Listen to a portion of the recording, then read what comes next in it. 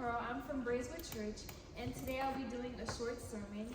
The verses I will use is John 6:66-69. These days, we're probably all using some form of social media. Social media is awesome, but do you want to know what my absolute favorite thing about social media is? The unfollow button. Yep, I said it. If I get bored of someone's post, or if they start posting too much, or I simply don't like what they have to say, I press that beautiful button and poof, they're gone.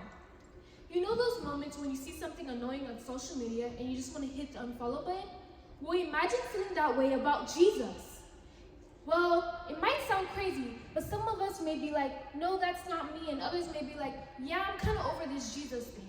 Usually, it's not that we stop believing in Jesus that makes us unfollow him, but it's because following him may become too tough or inconvenient.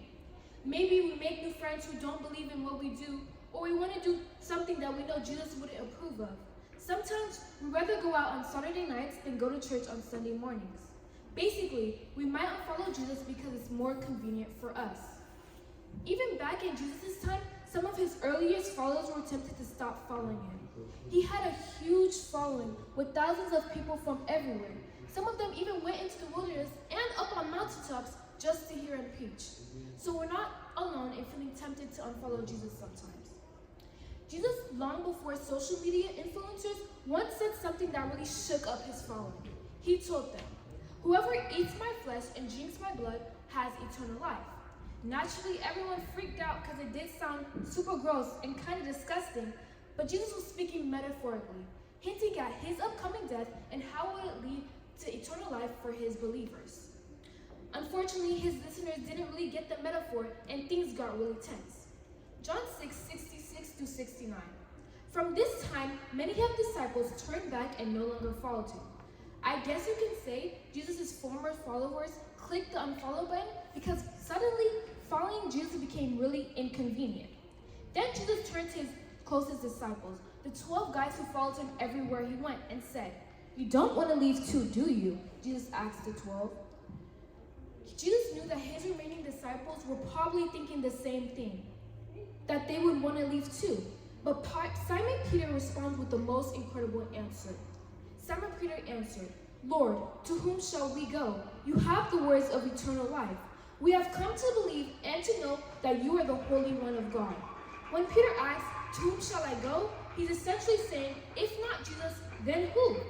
It might seem like he's just settling, but Peter's pointing out that Jesus has the words of eternal life. Peter understood something important. Walking away from Jesus means walking towards something else. Peter realized that walking away from Jesus meant choosing something else to follow. And he decided that compared to Jesus, there's nothing else worth pursuing. So when we're tempted to unfollow Jesus because it's tough or inconvenient, Peter would advise us to ask ourselves, to whom shall I go? And he'd also warn us not to walk away if we don't know what we're walking toward.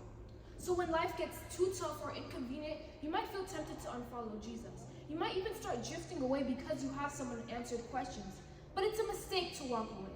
So here's the big question for all of us. To whom shall you go? Do you have a better alternative to Jesus? No. Is there something else or someone else worth pursuing? No. So maybe now it's time to reaffirm your decision to follow Jesus. Take a moment to ask yourself, to whom shall I go? And if you're doubting, questioning, or drifting away from Jesus, don't walk away. Jesus is the answer. Thank you.